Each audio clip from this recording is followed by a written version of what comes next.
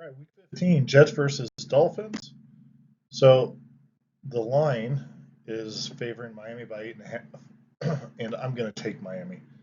So the model is giving really favors Miami with an 83% chance win, which equates to about a 12-point spread.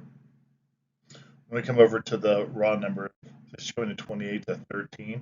So I ran these numbers yesterday before the game was played. I'm recording this today. It takes way too long to rerun the numbers, and they might change some given the fact that Miami lost, and quite frankly, they snatched defeat from the jaws of victory. I don't know how you lose a 14-point lead with 3 minutes left to a mediocre to poor team like Tennessee, yet they did.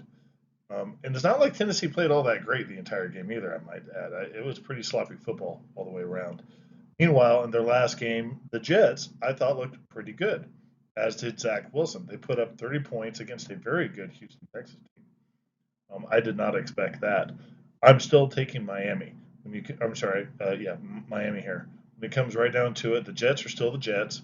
They're still a poor offensive team that is going to rely on rushing the ball, hoping that Zach Wilson doesn't commit too many mistakes. And if he can do well enough to not lose the game for him like he did last night or on Sunday, well, that's even better. And then relying on their strong defense. On Miami's side, uh, they should. I thought they just came out flat last night. And then one of the things I think you'll hear from a lot of people is with Tyreek Hill not in the game, that offense looks very, very different. And of course it does. I think Tyreek Hill is probably one of the most explosive players in all of football. You get the ball in that guy's hands, good things are bound to happen. When he's not in the game, you can't get the ball to him. And that pretty well showed last night. That notwithstanding, I think Miami came out flat. They're going to have to fix that. I expect that to happen. Uh, and when you look at what they have, they're too good of a football team for that to occur. They'll be playing at home.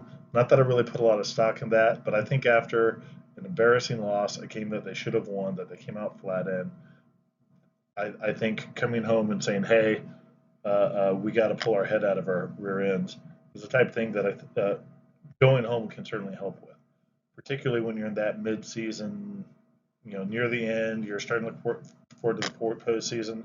They overlooked Tennessee last night, and it showed. Just go and take a look at the performance charts here. One of the first things you're going to look at is just a poor. Okay, let me phrase that. It's not a poor rushing game. It's just compared to Miami. Miami is really good at putting some yards up. The one thing I'll also point out is you kind of get this false sense of hey, look, New York's got a really good passing game. They don't.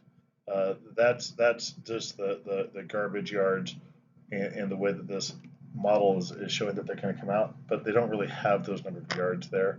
And I think a plain observer would see that.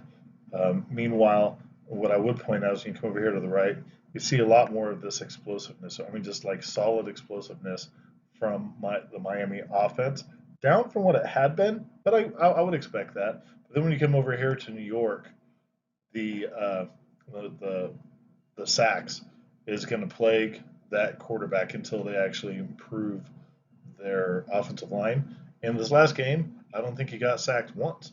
Part of that's probably the offensive line, the blocking scheme, some play calling, and then probably Zach Wilson figuring out that he's got to read the defense faster and get rid of the ball faster. So, but then you take that comparison up here. Tua does a really good job of reading and getting the ball out pretty quick. So you take that explosiveness, a strong running game, and I think just Tua is just a better quarterback overall. Certainly, I see that the interceptions are are there, but at the same time, Tua's interceptions that I've seen, not always, but oftentimes, I think he's getting much better at taking risk at the right time. So if he does get picked, it doesn't really hurt the team. So, if you like what you listen to, click like and subscribe. Got a question, comment, drop me a note. Thank you.